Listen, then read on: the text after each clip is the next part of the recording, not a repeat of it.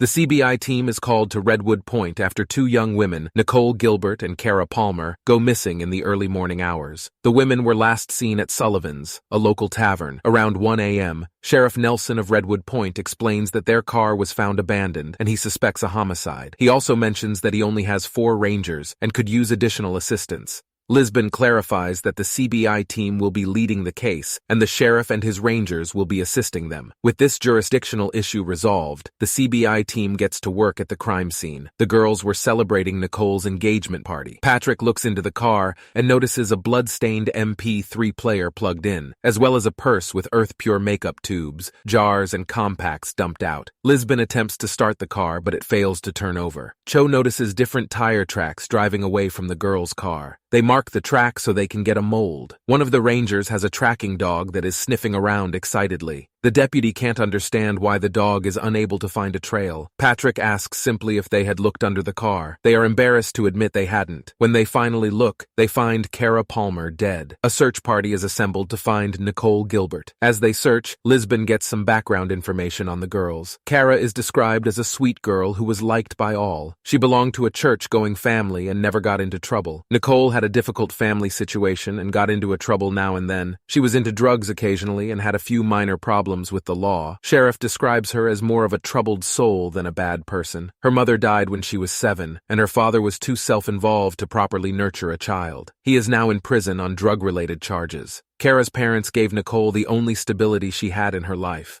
A group of volunteers approach, one of whom seems to have a few misconceptions about the case. Sufficiently chastened, Kyle and his group head out to search for Nicole Gilbert. Lisbon asked the sheriff if he thought Nicole could have committed such a crime. He explained that Nicole seemed to be getting her life in order, but he just didn't know if she could have done it. At the Palmer's house, Mrs. Palmer serves tea to Rigsby and Van Pelt, while Mr. Palmer rejects the possibility that Nicole could have hurt Kara. It is obvious that the Palmers loved her like a daughter. They learn that Jason O'Toole, Nicole's fiancé, caused a little tension because Kara didn't like him at all. Kara didn't think Jason could be trusted. Her mother told them that because Kara has higher standards, she didn't have a boyfriend.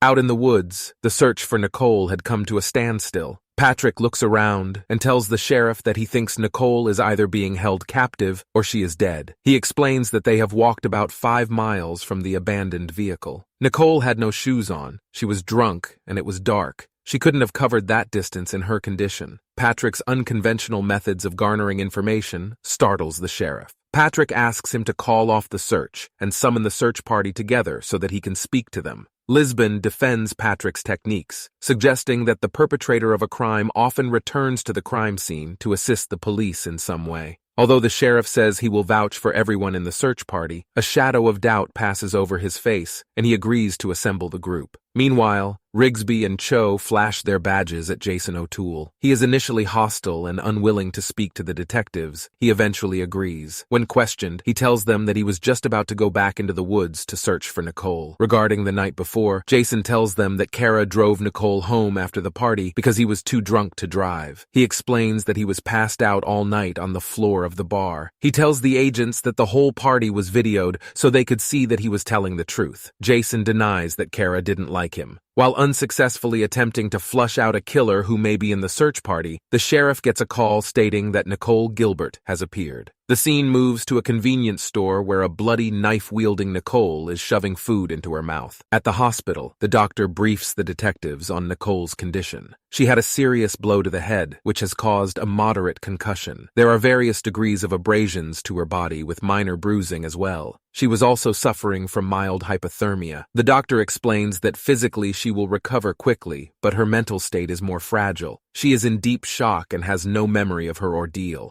The sheriff suggests that her amnesia is a little too convenient. He declares that the minute she recovers physically, he is taking her into custody and charging her with the murder of Kara Palmer. Lisbon reminds the sheriff that the CBI is lead on the investigation and that she will decide when to file charges, which will occur when all the facts are in. Lisbon asks if Nicole is well enough to be questioned. The doctor agrees to a short interview, but insists that they treat her delicately. She hasn't yet been told that Kara is dead, as they did not want to upset her. Lisbon questions Nicole, careful not to upset her. The last thing she remembers is leaving the party with Kara. She doesn't remember anything bad happening. She asks where Kara is. To Lisbon's chagrin and against the doctor's advice, Patrick tells Nicole that Kara is dead. Although Teresa quietly tries to stop Patrick, he continues to draw out Nicole's memory of that evening. There is a flashback of Kara and Nicole driving down the road. He asks Nicole why they stopped the car. She tells Patrick that she was feeling sick. She got out of the car and threw up. A man approached her in the dark. She couldn't see who he was because it was dark out, but she could hear a loud rushing sound like the sound of water.